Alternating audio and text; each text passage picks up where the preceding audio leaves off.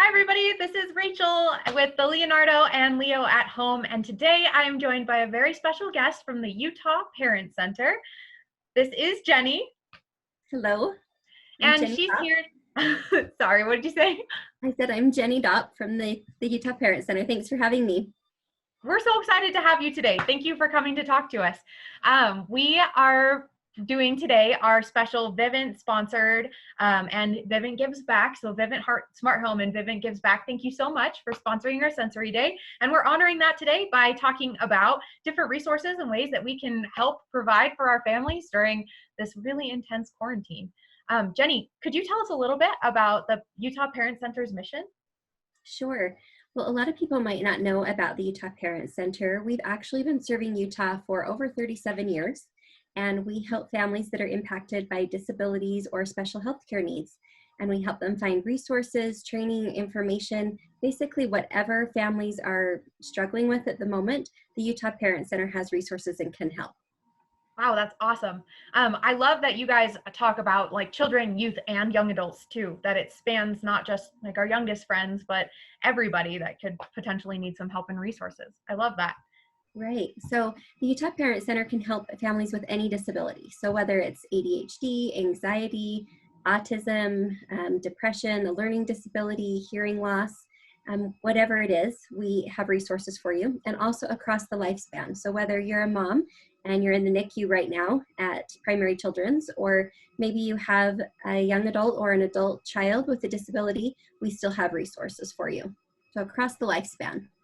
That is so beautiful and so wonderful. I love that. I think that's great. Another thing that I really love that sat well with me is when I was looking at your website, you define parent as anyone who's filling that role. It doesn't have to be someone that like we typically think of. And I think that's really important because families these days are different than ever, you know, like everyone has a different situation. And I think that's wonderful. Well, and a lot of families are in unique situations where maybe a grandparent is involved with raising the child, or maybe a sibling is a main caretaker, because children with disabilities and special health care needs require a lot of care and a lot of support in some cases. And so really that can be anybody involved in the child's life. We also actually help quite a few professionals and teachers. And so even if you're a community member and you have a neighbor and you're wondering, how can I interact with this child with autism, we have modules for you that can help give you information and resources so that you can better understand what it's like for a child with a disability. That is really beautiful. I love that. I think that's really important because a lot of people interact with kids every day, and it ranges from family to, different school or professional environments as well. Could you tell me a little bit more about the modules and like what role the Parent Center can provide for us during quarantine? Yes, for sure. So our website is utahparentcenter.org. And on our site, come to our front page, our homepage, and we've adapted our front page to address some of the concerns with COVID-19. And so when you click on that picture of COVID-19, you'll be taken to a screen that has a lot of resources for our local area, but then it also expands into services specific for people with disabilities. One of the great resources that we've linked on there right now is for people with some mental health disorders. And it's kind of like they call it a warm line, somebody who's really struggling with their mental health. And so they can even get resources.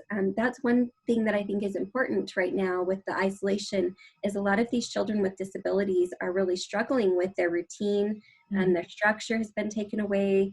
They're missing their friends at school, or maybe their therapists. They're out and about getting a lot of support in their lives. I know I have a son who's 19 and he has special needs. He's on the autism spectrum, and he also has a rare chromosome disorder. And so right now for him, he's missing his work. He works at McDonald's 2 days a week, and he's not, because the lobbies are closed, he's not able to work. But then he's also missing his school piece with his special education program. And so really it's this wraparound situation for these children who've lost almost all of their support except for that of their family, and maybe just a few caretakers outside of their immediate family. So on the website, we are also, if you click on the events tab, there are quite a few classes coming up. I know of at least 3 this week. One of them is, what you can do virtually from home for activities for your family. Another one is about the 101 of autism.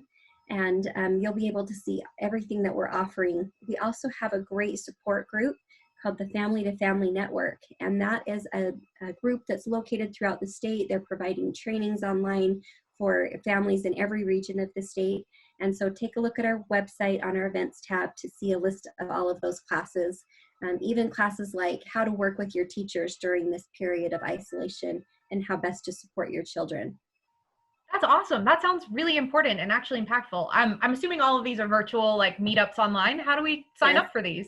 Yeah, so if you go to the events tab and you just find the class that interests you the most and click on the register tab, it will take you to a place where you can input all of your information, and then you'll receive a Zoom link.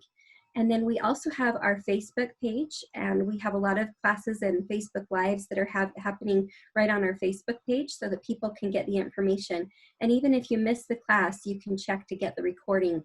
You know, like they'll be pieces of information like guardianship or transitioning to adulthood or how to understand Social Security. Because right now, as we're home and our activities in the community are limited, we might have a little bit more time to do some of these more thoughtful processes that we haven't thought of before, like how to link up with the Social Security system and understanding what that is and how to apply for it. And so this is a great time to kind of do a little bit of research for your situation and what's coming next for you and how we can help you. But in addition to that, it's our typical modules that we offer throughout the year as well, like how to work with your teachers, how to be a partner in the individual education process with special education or your IEP team, and how to work well with the school, how to communicate, what is a 504 plan for students, how can you better advocate for your child with the school. We offer all of our other modules as well, so that is still happening. That's really important. I am a former classroom teacher, and I know that like at a certain point, I ended up explaining a lot to our kids and parents and trying to like help calm the anxiety around it too, because there's a stigma that comes with having a 504 or an IEP or other things.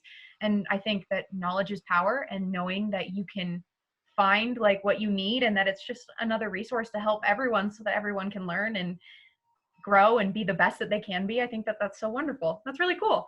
I noticed you guys also have something, it looks like maybe potentially people at different districts throughout the state that our parents or families could contact to help at that specific district. We do. So we have, if you go on our website under the About tab, there are links to parent consultants. So these are actual parents of special needs children who are also employees of the Utah Parent Center, but they work specifically with a district. So these individuals walk the walk, they talk the talk, they know what it's like to be in your situation. And they are located right in the district, so you can go to them for meetings if it were a typical time during the year. But right now they're available for Zoom meetings, emails, conference calls, and they can help you try to understand not only your rights, but your child's rights, and also how to work with the district and be a partner in that process. That is awesome. What a beautiful thing. I love that. What a great resource. I wish that I would have known about that to send my parents to you at the time. Because like I said, even teachers use this, and they might, if they don't feel like they're reaching a family and helping the family understand kind of the process, they can say, you might want to reach out to the Utah Parent Center. They know that there's a lot of classes available. And so it's very friendly. It's very easy to do. And we kind of help break that information down into little bite-sized pieces for families, because it's overwhelming. Yeah. They not only have this education piece, but there's the medical side, the community side, therapy. It's a lot. Wow, that's really awesome. I love that. So I was wondering if you could tell us about maybe a time or a story or something that the Utah Parent Center has been a part of that really inspires you, something that like where you achieved your mission and you felt really good about it. I love these kinds of stories, and I would just love to hear one. Sure. Well, I think the easiest story for me to tell is my own. I was a mom of this child who didn't have a diagnosis, and he was 3 years old, and we were sitting up at Primary Children's Hospital, and he was in speech therapy, and I kind of had my head back against the wall, just taking a minute while he was with his therapist. And I looked across at the bulletin board, and I saw a sheet of paper that just said Utah Parent Center Summer Resource List. And for me as kind of a new mom and not really familiar what would be a good fit for my child out in the community, because you would take him to, a typical event for a toddler, and it would just be too overwhelming, too much stimulus. He would have a meltdown. It was just miserable for everyone. And so I wanted to find out maybe what some other resources were for him in the community. So my connection with the Utah Parent Center started when he was 3 years old. Wow. And yeah, and then they helped me when he was in elementary school, and we kind of had some sticky, difficult conversations with the school district where we weren't really seeing eye to eye. And so they helped me understand kind of the process and what my options were for the school at that time. And then fast forward to junior high, which is something I dreaded since the day he was born. Every parent is kind of worried about junior high. And, you know, with good reason, because when there's a lot of behavior and mental health involved and a lot of challenges with disabilities, it can be a lot for the school team and at home. And so I would get calls from the school every day, and there were a lot of challenges. And at one point, you know, we even had to look at inpatient treatment, which was really tough. You know, you don't ever want to do that as a parent, you know, touring a facility and thinking I might have to leave my child there. But that was our situation, and it was our reality because life was so hard. And the Utah Parent Center walked me through all my options. They helped me think about things that I hadn't thought about before. They helped me understand what a behavior intervention plan was with the school district, and how to work with the school district, because I was concerned for the school as well as my son. You know, it was a really challenging situation. And so they helped me walk through all of that. And luckily, none of that came to pass. We were able to get him stabilized and doing really well. And high school was a lot easier. That's so great. For parents out there, just hold on. You know, junior high can be tough, but high school might be better for you. And now, as he is 19 years old and we're looking at transitioning to adulthood, I've been working with the Utah Parent Center from, you know, the age of 14 on, because that's when transition services really start. And we've been taking classes about guardianship and Social Security and, you know, pre-employment skills and all of the things that go into, you know, raising a child and preparing them for the world. So the Utah Parent Center's been there every step of the way. And now, as I'm, you know, still working through this transition period, they're still helping me, you know, understanding that Social Security piece. So, Yeah. you know, it really is wraparound services across the lifespan for the child. And it's just an incredible resource. And, you know, I don't know if people realize how many people in Utah are really impacted by disabilities. The data is actually 1 in 6 children in Utah have some sort of disability or special health care need. So if you think about the mental health, ADHD, asthma, diabetes, anything, that falls under our care, and we really can help families with that. And we serve about 25,000 families or 25,000 individuals a year. Wow. But we know there's 151,000 in Utah that need support. And that's a lot of people who don't know about us. And if they do, if all of those people reached out to us, obviously we would not have the capacity to serve them because we're a small nonprofit. And so that's another reason why we really want people to know about us, is so that they can realize the good work that we're doing, but we also need community support to build that capacity.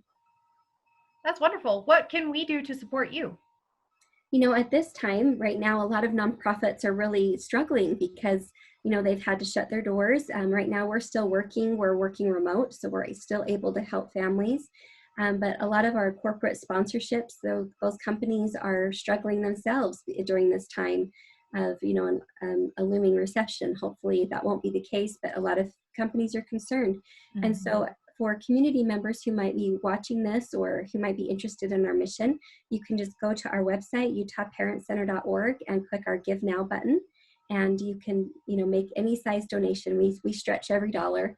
And even if it's in-kind services, if there's something else you want to donate besides money, there's a lot of ways that you can be a partner and help families. You know, because these families, these kids with disabilities are growing up to be adults with disabilities. You know, this is not something that's just going to be done once they reach the age of 18.